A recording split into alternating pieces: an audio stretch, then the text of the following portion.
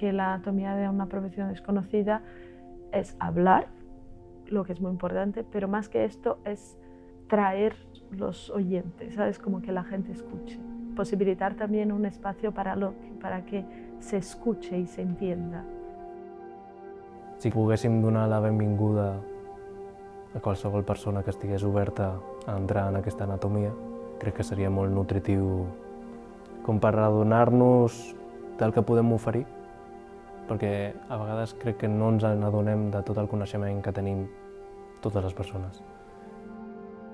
És poder fer veure a la resta de gent que no pertany a la professió que la nostra professió ni és tan ideal, ni és tan maca, ni tan bonica, ni tan utòpica, ni tan fàcil, ni tan meravellosa.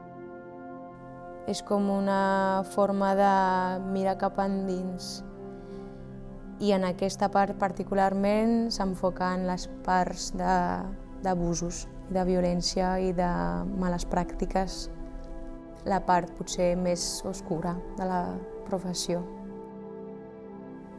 Algú que per primera vegada aixeca el dit per dir alguna cosa o comença a alçar la veu. No des del crit, no des de la ràbia, no des de la denúncia com un acte immens o de gran repercussió.